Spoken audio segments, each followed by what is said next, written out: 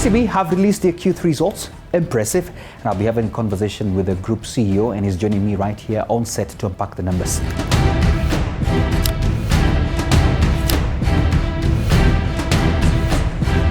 Paul, welcome to the show. Thank you. Thank you. Great to be here. Yeah, congratulations, first of all. The graph keeps rising and you're doing very well. The shareholders were speaking there and we had them loud and clear. I just wanted to immediately just get your first thoughts on the results and what would you tell the viewers? No, thank you. Thank you so much. It's surprising when you get shareholders coming in and singing in a forum. There was a song. But on the back of 2023 performance where we didn't pay dividends, and it was real tough feedback from the shareholders. So it's good to be in this space. Yeah. But like I've said to you a number of times, the fundamentals were there. It's just that we took, hard decisions in 2022, 2023. Yeah. But if you look at our top line, it was growing. Yeah, that's true. And that decision to downgrade names, obviously made us miss certain targets, particularly on PBT. But you can see first mover advantage in quote. Yeah. Taking tough decisions earlier, aligning the team and strategy is starting to pay back. So, and that's exactly why I speak a lot about the staff and the alignment and being grateful to the contribution from our staff. So it's strategy paying. Okay, lovely. Before we get into the numbers, just looking at the operating environment, because you see it at the bird's eye view, where you're looking at regions, regional economic environment, even here locally. We are speaking here locally, we are talking about inflation going down. Well, the mwananchi down there are still saying they haven't felt things. And I don't know what you're observing, because in terms of the operating environment, what would be your sentiments about what you're facing? It's always tough being in some of our roles, and if you zoom in and lift yourself and look up. So there's no doubt there's been a lot of progress. I think the last time you and I spoke, it was just post Eurobond action. Extremely optimistic. I was bullish, for lack of a better word. But we're seeing pressure on cash in people's pockets. Right? Yeah. And therefore, the rate of price increase is slower. That's why inflation is lower. Yeah. But the disposable income net into people's pockets, that is bringing a strain. And therefore, what would people do is they will rebalance their spend. And you've seen, because it's facts that NPL is ticking up across the industry. Because this reprioritization of what you're going to spend at. True that. Yeah. So we must collectively do two things. One, as I said earlier on, work together to reduce the cost of credit. But also focus on key sectors, whether that is manufacturing, service sector, construction, transport, where there is opportunities to build up employment. Okay. Not a single person can be able to resolve that. That's true. But as a collective, we have to do something. All right. The reason why I was asking that is because I was looking at the NPL numbers you presented. They look to be still at a constant 18.5%, and provisions as well, you're still increasing on that. And I wanted to know what are you seeing? What measures do you want to implement to just reduce this ratio? Because I know it's still a target for you. Yeah, I'm not emphasizing on a ratio today mostly across the organization. I must be frank on that. I am focusing on reduction of the stock. Okay. One, two good news in those numbers is last year we took our decisions, we ring-fenced the stock. True that. You can also see the rate of growth on that number is much lower than industry.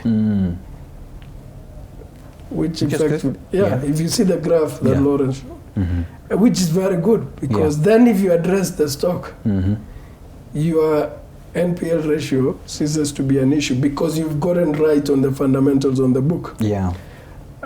So we've got to do 4 things which are probably a lot more standard. One is manage clients early enough. And you heard me say, this is the time that we need to be more closer to our customers than ever before.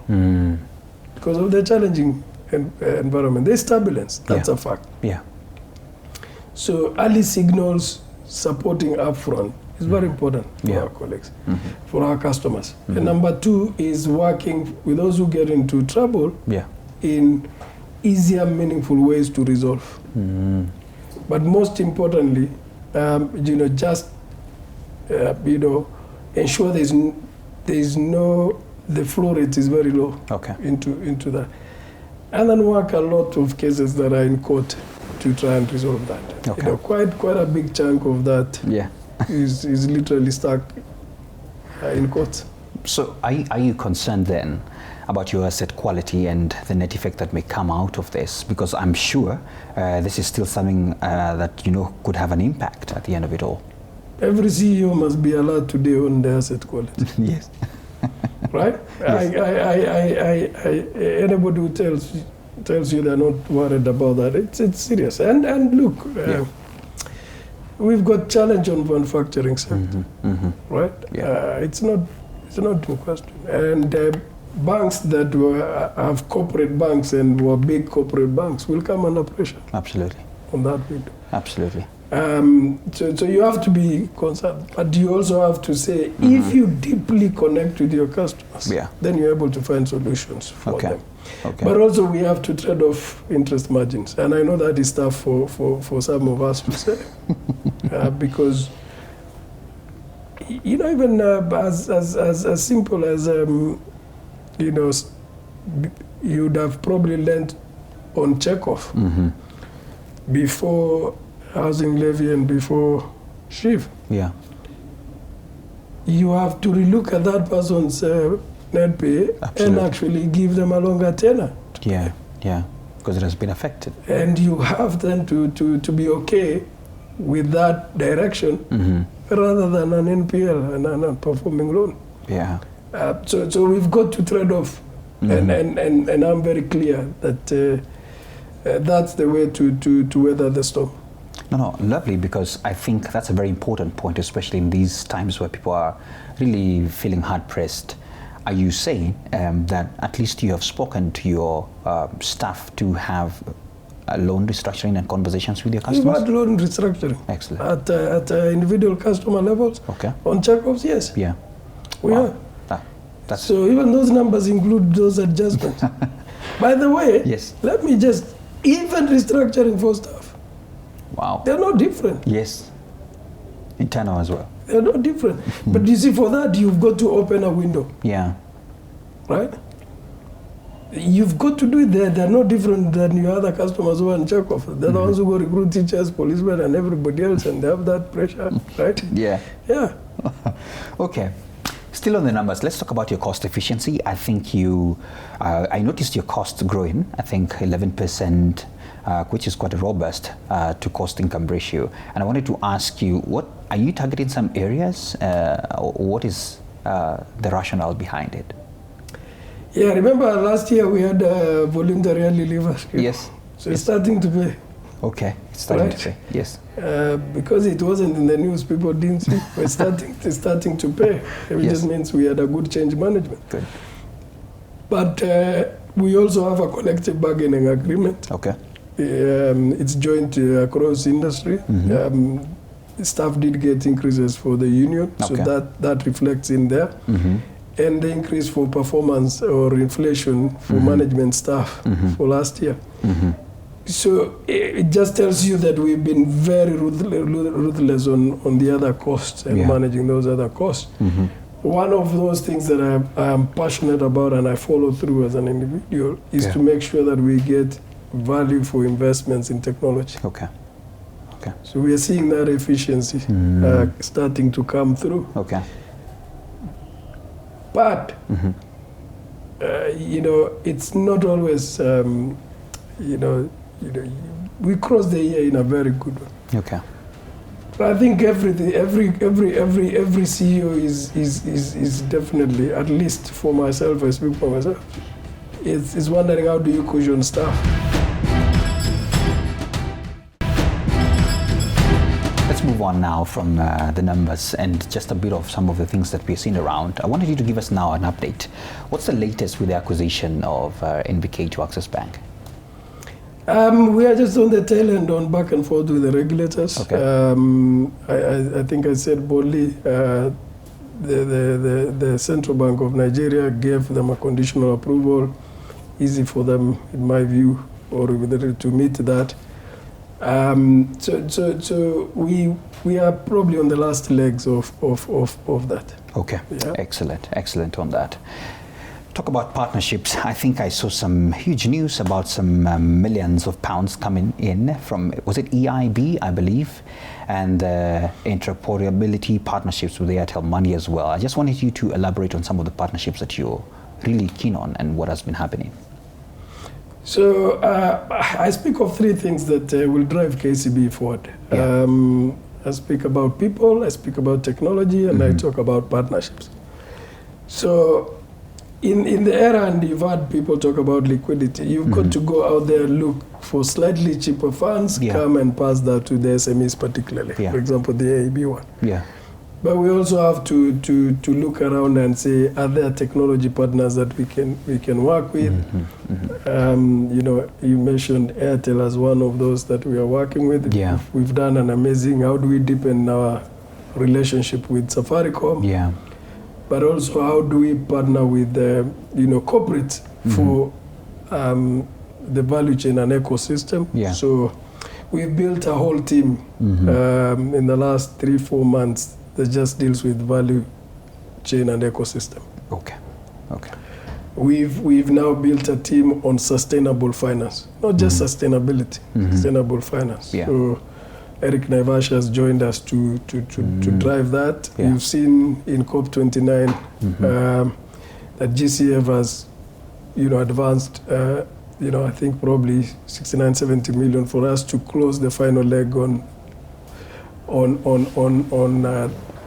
the funding line. Yeah. It's down to building up those teams.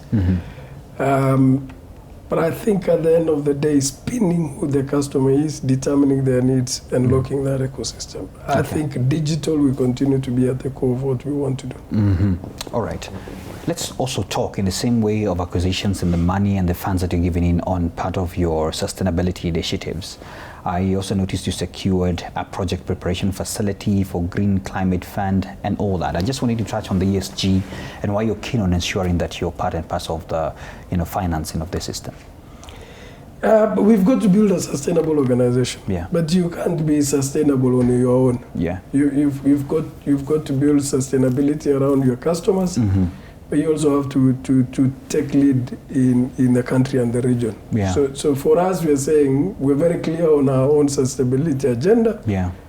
But it doesn't matter how much we thrive. We must have our customers and the nations that we operate in together with us. Now, it costs money. Absolutely.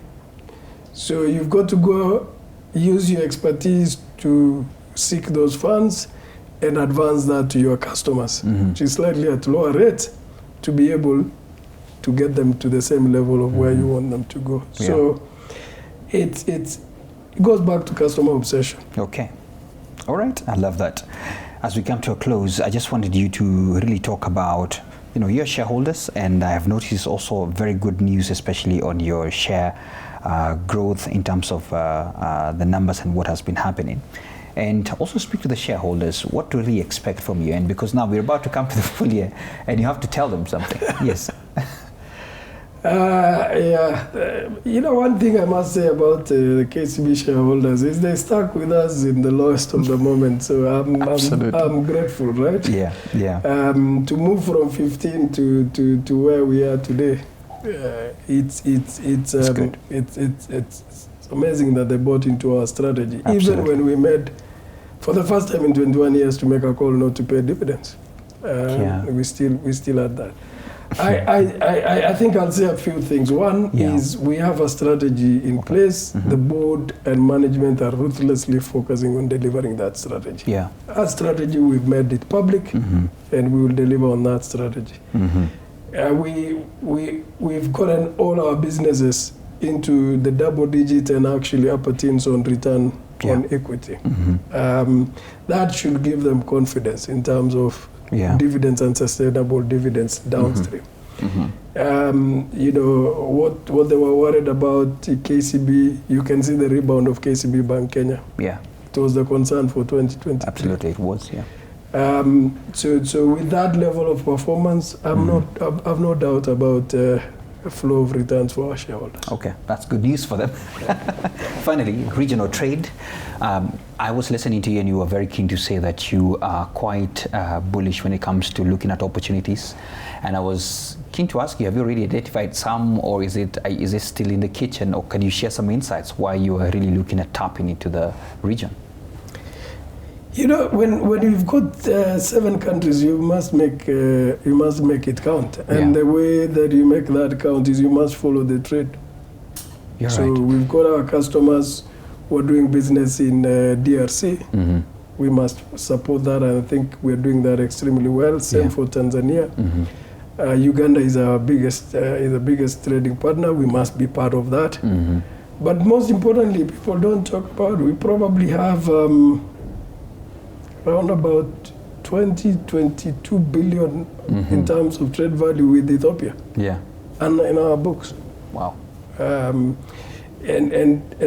that's extremely well. So, but it just didn't happen. We built an expertise team on trade to be able to do that. And George Cleaver and his team have done an amazing job. Yeah. Wow. I have to close by asking you, there's a lot of things happening at the macro levels. We are seeing a lot of geopolitical things that are happening. I'm sure these are some of the things that are really making you scratch your head. But I also wanted to ask, what is keeping you awake as we close? It's part of the job. It's part of the job. I think today the private sector lending to private sector in Kenya. Yeah. That drop is a concern. It's a concern. Okay. That we have to fix. Yeah. Wow. I love that. You know, you're at the top now. Everybody's looking at you. And it's also hard to remain there. Are you going to remain there? We've got 12,227 staff that are gonna do that. But by preaching to our staff, we've got a mandate, we have a strategy, we'll run our race. Yeah. We'll deliver meaningful returns to our shareholders. That I'm sure. We'll have another conversation about how you manage such a big staff. It should be leadership lessons for so many other people. Thank you so much for your time, Paul. Thank you. Always a pleasure. Thank you so much. Thank you. So there you have it. Very optimistic. Good news for shareholders. And of course, the tough work of always remaining up there at the top. And we wish KCB very well and their shareholders. Thank you so much for your time. And even now with the markets.